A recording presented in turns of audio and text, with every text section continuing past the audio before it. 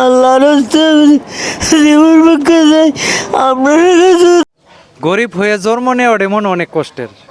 কি বলবো, এত কষ্টতে আছে মানুষ, এত কষ্টতে আছে ভাই। আপনারা ভিডিওটা কেউ ধাক্কা দিবেন না ভাই, একটু দয়া করে এই ভিডিওটা শেয়ার করবেন এবং সবাইকে দেখার সুযোগ করে দিবেন। কারণ যে এই মুহূর্তটা কিন্তু যে কোনো মানুষের হইতে পারে। আজকে একটা দুর্ঘটনার শিকার উনি, আর এই দুর্ঘটনাতে পরে আজকে ওনার মহা ধরনের বড় ধরনের একটা বিপদে পড়ে গেছে। ভাই কথাটা কি ঠিক নেই? ঠিক ঠিক ভাই ওনার বাড়িটা কোনটা? ওনার বাড়িটা এদিক দিয়ে আসেন, এদিক দিয়া দেখে আগে বাড়িতে যাই, আগে ওনারে দেখেন আপনারা, তারপর আমরা কথা বলি। দেখেন আমি যাচ্ছি বাড়িতে, এই যে দেখেন কোন দিক দিয়ে গিয়ে কই গিয়ে ঢোহন লাগতেছে। হ্যাঁ এদিক দিয়া দেখেন অবস্থা, দেখেন এই যে লোকটা কি অবস্থায় এখন পড়ে আছে। খুব আফসোসের বিষয় ভাই, খুব আফসোসের বিষয়। মানে আমার নিজের এত কষ্ট লাগতেছে ওনাকে। এই যে ওনারে নিয়ে কিন্তু আমি আগেও একটা ভিডিও দিছিলাম। ওই ভিডিওতে আমি বলছিলাম যে উনি একজন কাঠমিস্ত্রি, উনি ছাদের থেকে কাঠের কাজ করতে গিয়ে সেটা চালের উপর থেকে পড়ে ওনার এই ফাটা বড় ধরনের ইনজুরি হয়ে গেছে, বড় ধরনের একটা ইনজুরি হয়ে গেছে। এখন ওনার কিন্তু একটা ছেলে নাই, একটা মেয়ে নাই।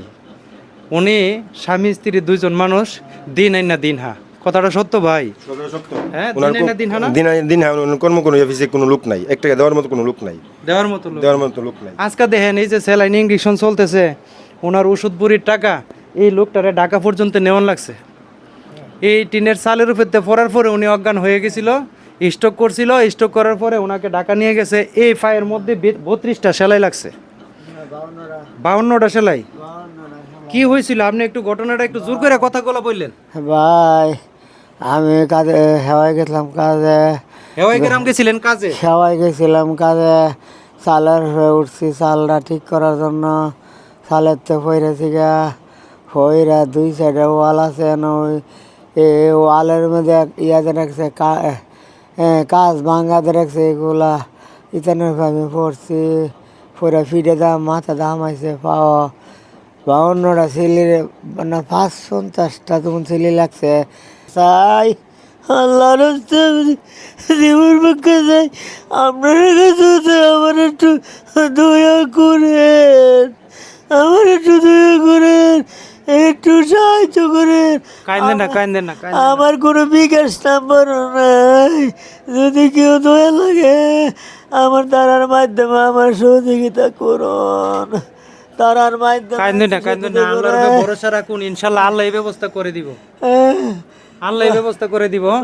এই যে এই ছেলেটা দেখেন, আমার ছেলেটা একটু দেখেন।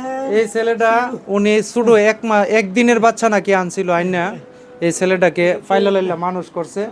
তো এখন তোমার আব্বুর জন্য তুমি কিছু বলো। ভাইরা আমার আব্বারে সবাই বাঁচান, আপনাদের যারা আমি জীবন ভিক্ষা চাই, আমার আব্বুর লাগে আপনারা বাঁচান। দেখেন ছেলেটা বলতেছে আমার আব্বারে আপনারা বাঁচান, জীবন ভিক্ষা চাচ্ছে এই ছোট্ট মাসুম বাচ্চা, বাবার জন্য জীবন ভিক্ষা চাচ্ছে। এবং চিন্তা করেন, চিন্তা করেন লোকটা কত কষ্টতে আছে, কত কষ্টতে আছে। আমরা ওষুধের কারণে আমি মহিলা যাবো, ওষুধের কারণে আমার চোখের পানি রাখতে পারতেছি না ভাই, আমার চোখের পানি কেন জানে রাখতে পারতেছি না। আজকে বাচ্চাটা সহ ইমোশনাল হয়ে গেছে, ইমোশনাল হয়ে গেছে। আপনারা 10 বছর হয় নাই এখন এর বয়স, সে বাবার জন্য জীবন ভিক্ষা চাচ্ছে আপনাদের কাছে। আপনারা সবাই জীবন ভিক্ষা দেন ওনাকে, আপনারা সবাই ওনাকে জীবন ভিক্ষা দেন। 3 মাস ভাই আছে 10 বছর, 3 মাস ভাই আছে 10 বছর, বাচ্চাটার কোনো রোজগার করতে পারে না। মা দাদা দিদি দিবারা পরে, মা দাদা দিদি দিবারা পরে আর কিছু করতে পারে না। তো প্রিয় বন্ধুরা, সবার কাছে আমার একটি অনুরোধ, সবাই দ্রুত ভিডিওটা শেয়ার করুন। তুমি বলো কিছু, তুমি বলো যে আমার আব্বার এই ভিডিওটা সবাই শেয়ার করুন। আমার আব্বার ভিডিওটা সবাই শেয়ার করুন, লাইক করুন। সবাই একটু শেয়ার করে দেন যাতে আমরা ওনার চিকিৎসার ব্যবস্থাটা করে দিতে পারি। ধন্যবাদ সবাইকে, আসসালামু আলাইকুম।